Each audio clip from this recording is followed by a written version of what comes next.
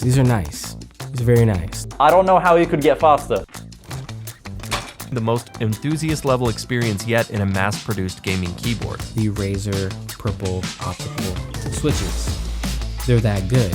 So they have laser beams inside of them. These optical switches are the best gaming-centric switches on any keyboard right now. I love the new switches. And this new upgrade just makes them even better. I was completely surprised at how fantastic they felt. When you're gaming, oh my god, that is gonna make a big difference. Overall, in my opinion, the Huntsman Mini is the best Razer keyboard that they've produced yet. They've really listened to community feedback over the years. Razer is really the only company who are reaching out to reviewers and media and community. Razer has really put forth a real contender for your money for a 60% keyboard. The Razer Huntsman Mini is a solid recommendation.